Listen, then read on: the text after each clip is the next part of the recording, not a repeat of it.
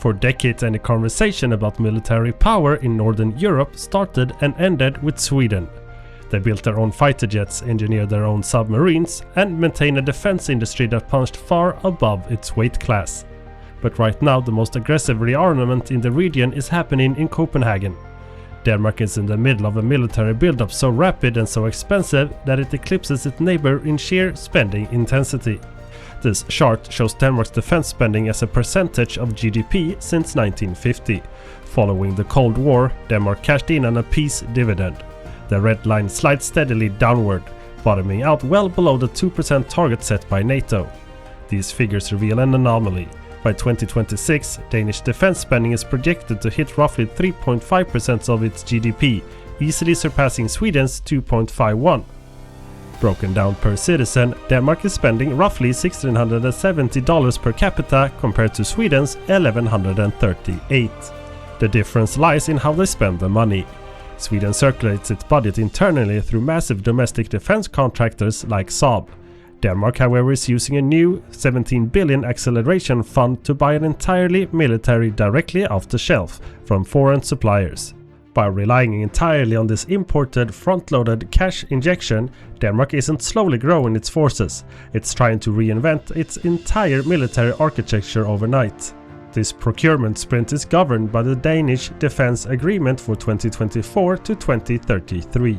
It outlines billions in overall military funding with cash deployed immediately to fill critical capability gaps. A huge portion of that goes to air superiority. Denmark has allocated 4.5 billion to import 16 new American-made F-35 fighter jets, expanding their total planned fleet to 43 aircraft. On the ground, they're committing 58 billion kroner, roughly $8.5 billion, to build out a comprehensive air defense network using European-made Patriot and Iris-T systems.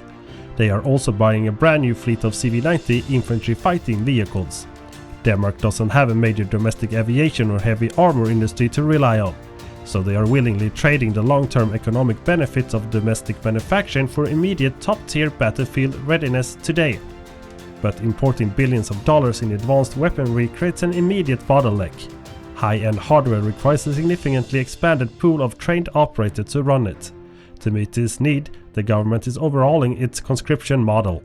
They are extending the mandatory service period to a full 11 months and expanding their intake to 7,500 recruits every year.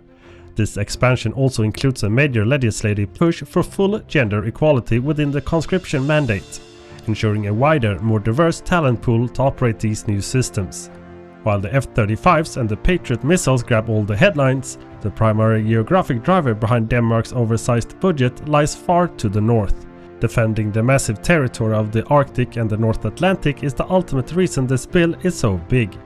Late last year, the government finalized the second agreement on the Arctic and North Atlantic. This specific framework commits an additional 4.26 billion solely securing this freezing remote region. Operating here requires highly specialized equipment. The shopping list includes new maritime patrol aircraft, long-range drones, and the acquisition of 2 additional ice-breaking vessels capable of navigating the harsh polar conditions. They are also building out a massive logistical network from scratch, establishing a new Joint Arctic Command headquarters right here in Greenland's capital of Nuuk, and laying down dedicated subsea telecommunications cables. This investment funds an entirely separate, logically complex operational theater to lock down NATO's northernmost flank. When you analyze this macroeconomic reality of this acceleration fund, a clear picture emerges.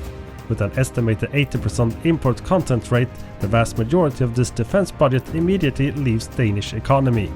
Compare that to Sweden, where a homegrown defense industry internalizes these massive costs. Swedish spending boosts local tech sectors, creates manufacturing jobs, and even helps stabilize the national currency. Importing an entire military carries long-term risks. It creates a significant balance of payment strain and places immense pressure on future budget as the maintenance costs for all this foreign hardware begins to pile up. Yet Denmark chose this expensive front-loaded path anyway.